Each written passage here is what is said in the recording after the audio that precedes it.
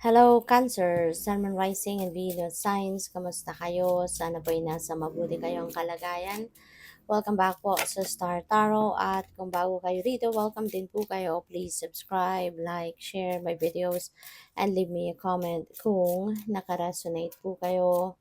So first card ninyo, we have the energy of the basket, recognition and reward for merit. Ayan. So most likely sa trabaho to, mare-recognize na kayo, yung effort ninyo will be recognized, 'di ba?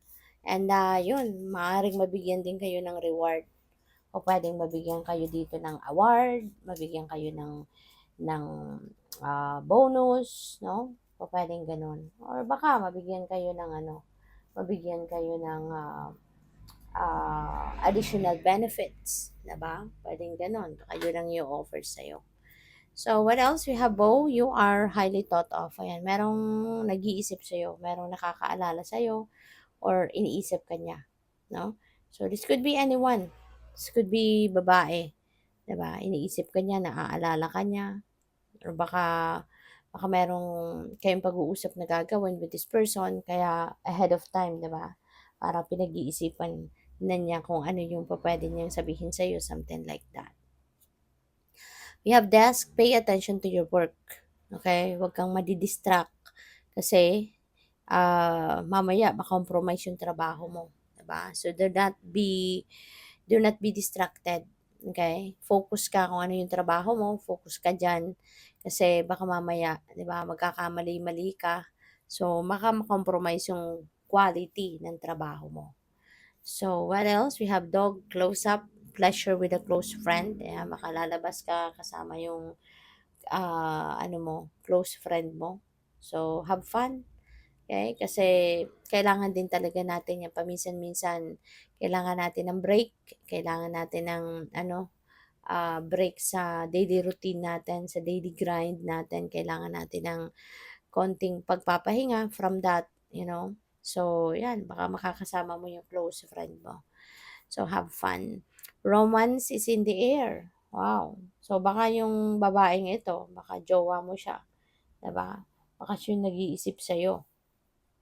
Or, pwede rin naman na ang iba sa inyo dito, baka merong bago kayong makikilala, 'di ba? And lalo-lalo na kung single ka pa, baka yung bago mong makikilala, baka puwedeng manliligaw sa'yo, 'di ba? Or puwedeng magpapakita ng romantic interest sa'yo, yung gano'n. So, what else? We have bread. Wow, Cancer. Period of prosperity and abundance. So, panahon nito ngayon ng inyong prosperity and abundance. So, magkakaroon ka ng maraming pera, magkakaroon ka dito ng material gain, financial gain, 'di ba? So, maaari, no, na related yan dito sa basket energy. O pwede rin naman na hindi. Pwede rin naman na iba ang panggagalingan nito. Baka sa negosyo, 'di ba? Pwedeng ganon. So what else? We have nest. An emotionally secure, loving family is important to you. So which is really good kasi parang ano talaga kayo, family-oriented, diba? Maaari yung number one focus ninyo or number one priority ninyo is yung pamilya, yung lahat ng pagtatrabaho at pagsisikap mo, maybe inaalay mo para sa pamilya, yung ganun ba, para masuportahan sila, to make their life comfortable, yung ganun, na magkaroon ng, alam mo yun, inaasikaso mo sila as in, yung concern mo, no, is mostly para sa kanila. So, we have bear, danger, especially in money matters. Okay? So, ingat kayo sa paggagastos ninyo. Ingat kayo sa mga perang inilalabas ninyo. Okay? Because this could be, there could be a danger na baka matempt kayo na gumastos ng hindi dapat.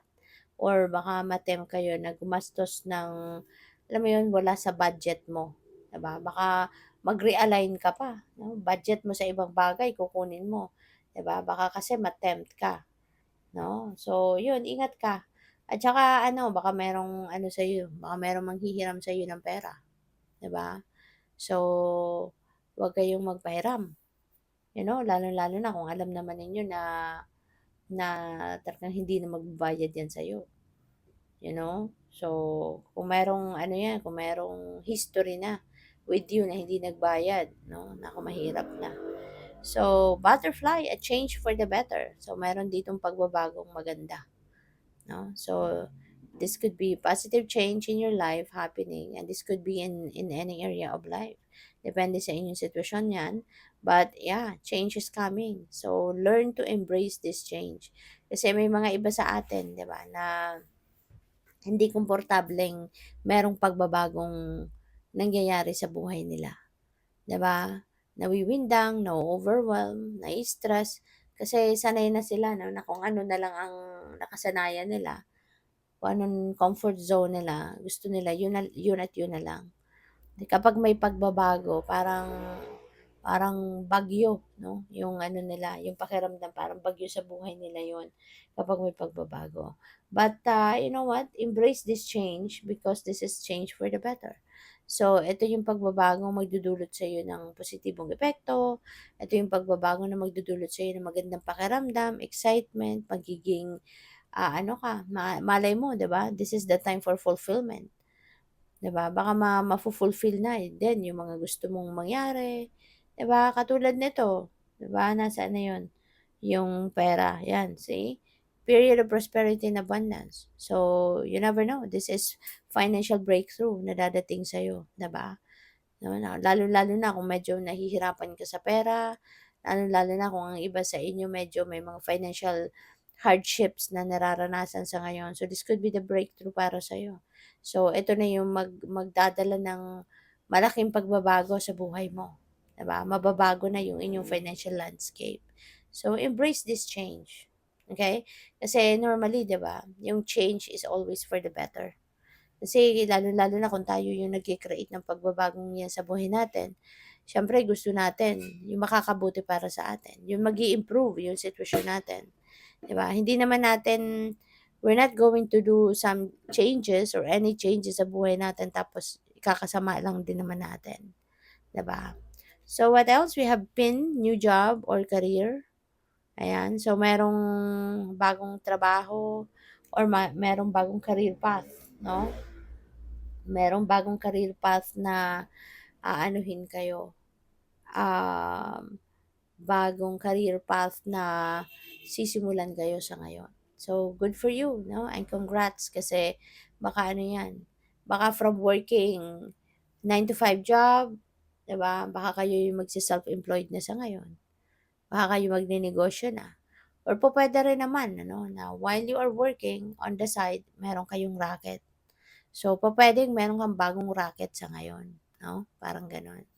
So, we have cracked cup, dissatisfaction with life, ayan. So, baka ano 'to, meron kang mga gustong mangyari na hindi nangyari, 'no? Kaya you're feeling dissatisfied. Meron kang hangarin na hindi natupad, 'no? But huwag kang mag-alala kasi 'di ba, isipin mo na lang na lahat na nangyayari sa buhay natin that is according to the divine order and timing, that's according to the divine will. Hindi ibibigay sa'yo ng universe kung ano ang hindi makakabuti para sa'yo. Kaya kung hindi yan, kung may mga ginusto ka, kung may mga hinahangad ka, ah, may pinapangarap ka, no, na matupad sa buhay mo, hindi yan ibibigay sa'yo kung hindi yan ang ikakabuti mo. Okay, kaya wag kang wag kang magalit, wag kang magtampo sa universe, kasi ang gusto lang ng universe para sa ating lahat ay ang makakabuti para sa atin. Kung walang maidudulot na magandang bagay or magandang sitwasyon sa buhay natin ang isang bagay kahit gustong-gusto mo 'to, hindi 'yan talaga mangyayari, hindi 'yan ibibigay sa'yo, alright? So, what else? We have wrath, someone working against you behind your back. Ayan, so maaaring naiinggit sa'yo 'to, Cancer. So mag-iingat kayo. Ingat kayo sa mga tao that you are dealing with at saka water sign ka, malakas ang inyong radar, gamitin mo 'yan para ma-figure out mo kung sino 'tong merong, binabalak na hindi maganda sa'yo, 'di ba? Kasi pupuwedeng ano 'to, pupuwedeng nagpaplano 'to ng pagsasabotahe sa'yo, maaaring, um sinisiraan ka nito, yung gano'n, 'no? Kasi mga 'di ba 'pag ang tao naiinggit, kung hindi niya kayang pumikit, 'di ba? Kasi 'di ba may kasabihan na, "Pag inggit, pikit." Pero kung may mga taong hindi kayang pikitan, 'di ba, kung ano man ang magandang nangyayari sa buhay mo, talagang sasabotahiin ka nila or mag-iisip sila ng kung anong puwedeng ikasira mo, 'di ba? Kasi out of inggit nakakapag-isip ng hindi maganda, hindi tama 'no, yung ibang tao. Kaya pagdasal mo na lang sila because for sure they don't know what they are doing, 'di ba? The more na nag-iisip sila ng hindi maganda towards other people, babalik sa kanila 'yun, eh, 'di ba? Karma is real, karma is always at play. Always remember that. Kaya nga dapat ang lagi din natin iniisip, ang intentions natin should always be pure, should always be clean. Kasi kung anong iniisip natin, sinasabi natin, ginagawa natin, 'di ba? Yun din ang babalik sa atin, 'di ba? Kaya 'wag tayong gagawa ng masama, 'wag tayong magsasalita ng masama kung ayaw nating mangyari din yun sa atin, okay? So, in this case, ayun, ingat na lang kayo. Kasi hindi makatiis ang mga taong ito. Kasi 'di ba may mga tao na ayaw nilang nakakakita ng mga taong mas umaangat kaysa sa kanila. May mga tao na gusto nila sa either kapantay lang nila or mas mababa kaysa sa kanila yung kalagayan sa buhay, 'di ba? So, siguro ikaw nakakaangat ka kaysa dito sa kanila. Kaya ayan, naiinggit sa'yo, 'no? So, ingat na lang kayo at ipagdasal mo lang sila. Good luck. Thank you for watching. Love and light. Namaste.